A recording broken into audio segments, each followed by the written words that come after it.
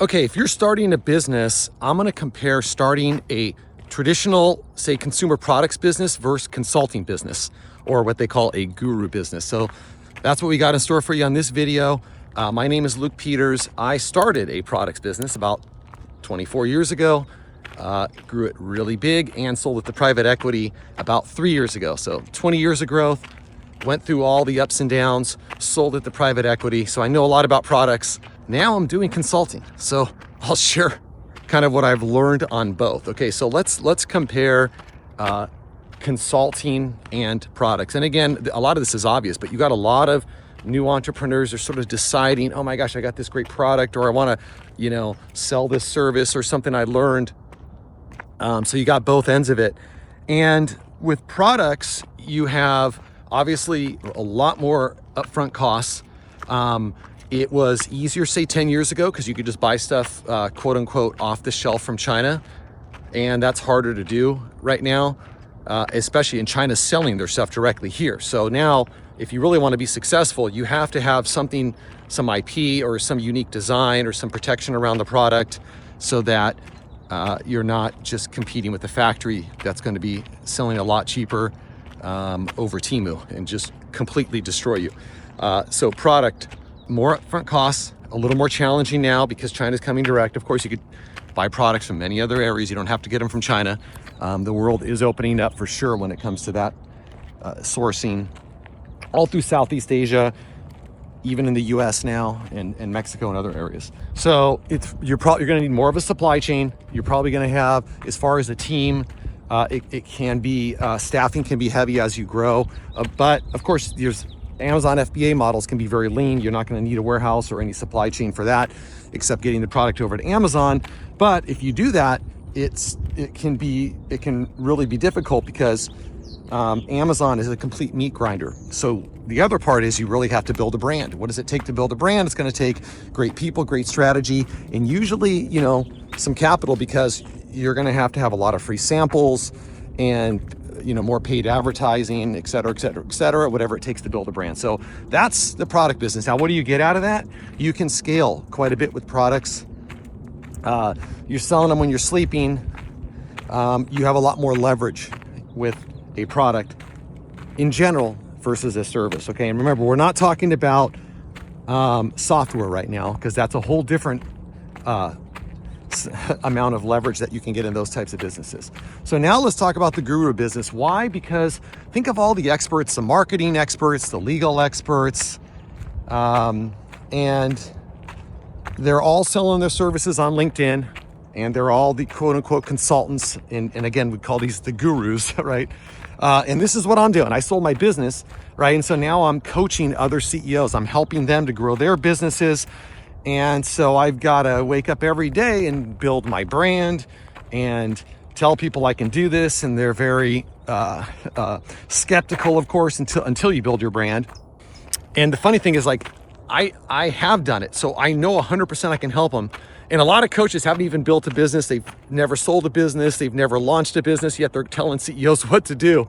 So it is a funny world out there. They're really good on LinkedIn though, and they've got a ton of followers, but they've never actually done anything. So that's the challenge now on the consulting side. The consulting side, you gotta, people are so congested with marketing messages. CEOs are so congested with marketing messages, and you got to get your message across. These consulting businesses are difficult to start. Then when you want to, you put together some sort of service option, turn it into a product, whatever you want, there's always a ton of pushback on the fees you're charging, which is funny because CEOs are happy to pay attorneys $1,000 an hour. And if you're coaching somebody at that level, you need to be making $1,000 an hour. You really do. And I know a lot of coaches will go out cheaper for a couple $100s an hour, but with the amount of value you should aim to deliver to the client, you should be able to, your service should be strong enough that it adds up to about $1,000 an hour. That should, at minimum, right? Because otherwise, it doesn't make sense. Just go start another business yourself and sell your product instead of showing others how to sell the product. So I'm coming up a hill here. So why do the consulting business in the first place? I sort of am asking myself that all the time. But here are the reasons why. It is really fun. It's refreshing. It's engaging. It feels great to help other CEOs. You're working with high-level people all the time. You can do it with a small team, so you're not having to hire and fire and deal with HR and all of those things that you would maybe on the product side. So there are really a lot of benefits, and it's super enjoyable when you're working with the client. There's no inventory, okay?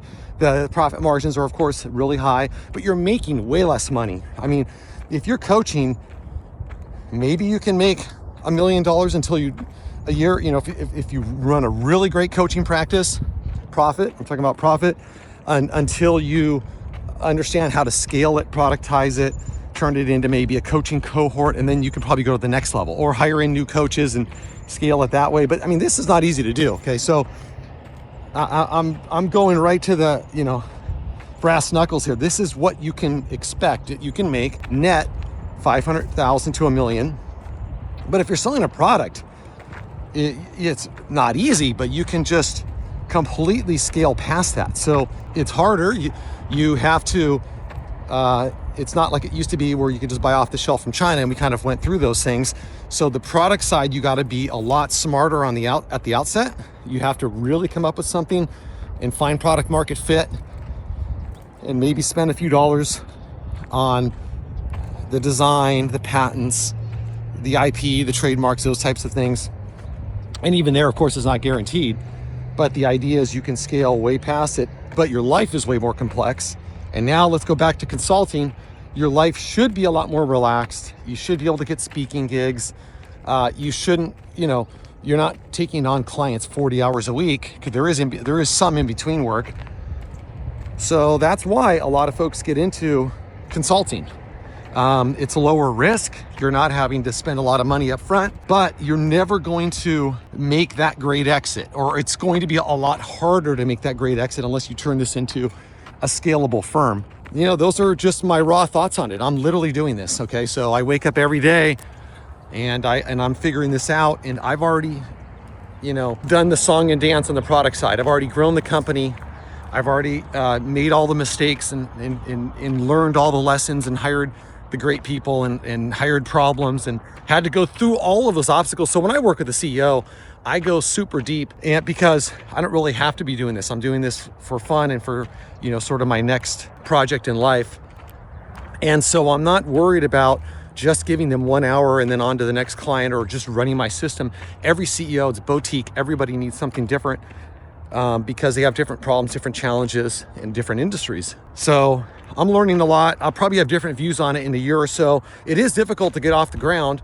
And I can't imagine how it is for people who've never actually started their own business. Maybe they were executives and they're doing this, right? I mean, it's difficult. I guess they might tag on to other services that already kind of, have client flow, because that is basically the hardest part. Once I'm in front of somebody, it's actually a pretty easy sell, because I'm not a hard sell.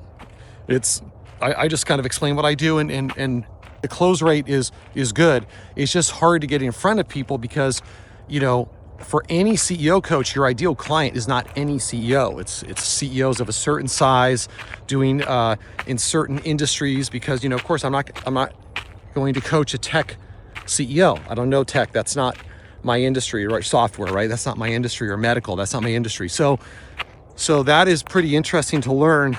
I hope this is helpful for anybody who's kind of deciding where to go. Like if you're, I guess for young entrepreneurs, if you're deciding, I do like the product route.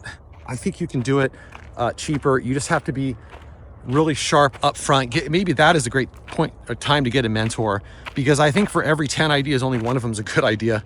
And then if you're, say, 45, 50, and you're sort of, you lived your career and you do want to kind of go out on your own, a lot of guys and gals will do consulting at that point. And I would say, give an equal look at product, because it is harder in some areas, but down the road you can build something more substantial. And the thing about being a consultant is you're sort of, I don't do this, but if you got to put food on the table, you sort of are like begging for business at the beginning, right? You're all, and it's like, it's not the same feeling I had launching a product I don't know how to explain that part, but the mindset's totally different. That you're having to ask for business, and it's just, I'm not used to that. I'm used to just, marketing that product and coming to market and being excited, having an amazing product, and you make your collateral. Then you go out there with your marketing campaign and your sales campaigns, and you get in front of your customers and your buyers, and I guess I never felt the same in front of a buyer as I did on the consulting side, when really you're giving so much more value than you're even charging. I don't know how to explain that, but I know other consultants can relate to this. So it'll be interesting in the comments what you guys sort of think about that on the psychology side. Even with all that being said, I do think the consulting coaching is still a great avenue to go, because you really do feel like you're giving back and you're helping out these other younger entrepreneurs early on, where you made maybe tons of mistakes and wish somebody was there to tell you, don't do this, don't do that, or this is what you need to do. And that's what I can do. So it's very fulfilling.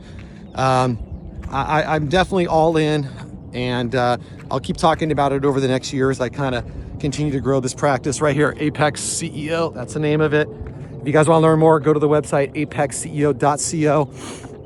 And let me know what you guys think about, consulting versus a traditional product business, especially if you're looking to start one, or if you've done either one of these, and sort of what your thoughts are on it.